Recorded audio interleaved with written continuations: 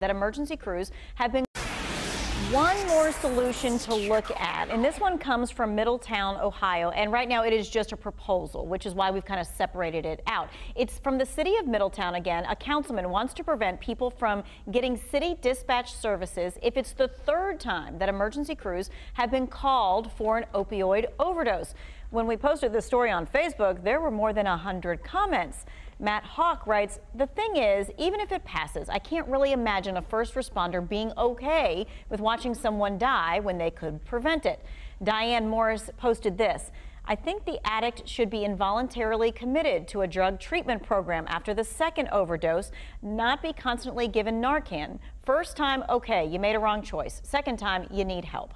And Jason Gorell says, sort of a non-compassion kind of thing, but if a drug addict is close to death 3 times and still doesn't care to straighten out, they don't value life, nor the ones helping. They'll just do it 12 more times. Enough is enough, you know? If it takes that many times, whether it's hard to say goodbye, you might just have to say it, because more harm than good by a long shot.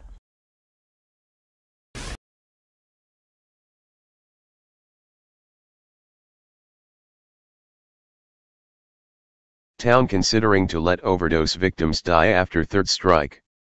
Middletown, Ohio officials are tired of overdoses in their town, and they have a way to stop this from continuing.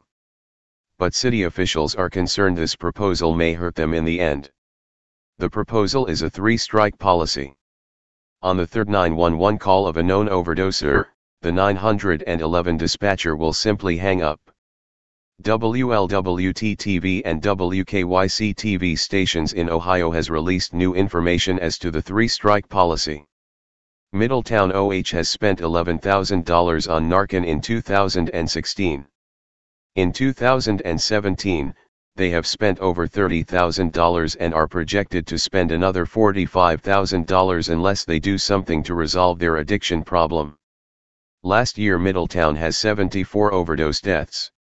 In 2017, they have had 51 overdose deaths and it is still rising weekly. The proposal begins with giving the person 3 chances. The first revival is free, per se. The second revival results in the person doing community service to pay off their debt for the Narcan used to revive them. The third strike results in the dispatcher hanging up on you. The way a dispatcher would know whether to hang up on you is a database will be created. This database will result in the names, addresses, and phone numbers of known users. If a dispatcher receives a call, and they see you have not completed your community service or you are constantly a frequent flyer, the dispatcher will disconnect the line and not dispatch an ambulance. The city claims this is not a way to solve the overdose issue, but to save the city money.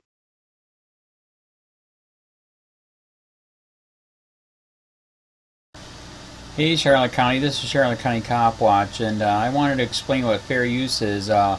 You can use pieces of news articles if you're doing it for news reporting, you have commentary, and you're doing it for education purposes. So that's what fair use is, as you can see right here. Another reason why I wanted to make this video is to let you know I have just joined with Patreon. A nice thing with Patreon, I make no money on YouTube. They took the money away years ago, and so this is another way to give, and it's a nice thing too because you can give monthly. You can give $1, $5, $10, whatever. I do 4 to 5 hours a day on trying to wake the sheeple up on how corrupt it is and different ways that you can fight the corruption. So Patreon is a way that you can do it, and then of course the old way is still there. Donate to Charlotte County COPWATCH with PayPal or credit card. So keep that in mind. 4 to 5 hours a day. I make no money, but the corruption happened to me and I'm sick of it, so I'm trying to wake people up. But my wife would love it if if we could get some help out there. There's 47,000 subscribers. Just think if each one of you subscribers just gave let's say actually yes, $1 a month. 47,000 subscribers gave $1 a month. That would be awesome. That's not going to happen. But anyways, that would be great if it did happen. But do the math in your head. Just think about it. Like I said, 4 to 5 hours a day. I get no money from YouTube. YouTube has gone nuts. You can't do anything anymore.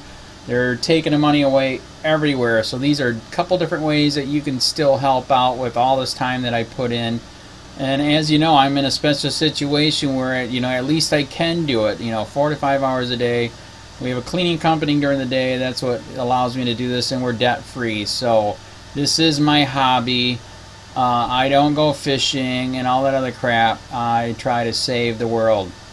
So help me out to make the wife happy, man. In fact, if you guys did give $1 a day, and there was 47,000 of you, and you did it, and each of you gave $1, and that was every month, oh my God, yes, I could quit. I could start suing them. Another idea too that we have is, if I got, some funds, we could actually contact everyone that has been ticketed and or arrested and put in jail and start sending them postcards to let them know we're here, and to see if everything went all right, and if it didn't, find out their story. So we could even do more investigations and more lawsuits. Lawsuits take money. So just think about that. 47,000 of you so far right now. $1 a day. $1 a month on Patreon, or $5 a month Patreon, 10, 20, whatever. Just do the math in your head. Help out. This is a lot of work every single day. Thanks.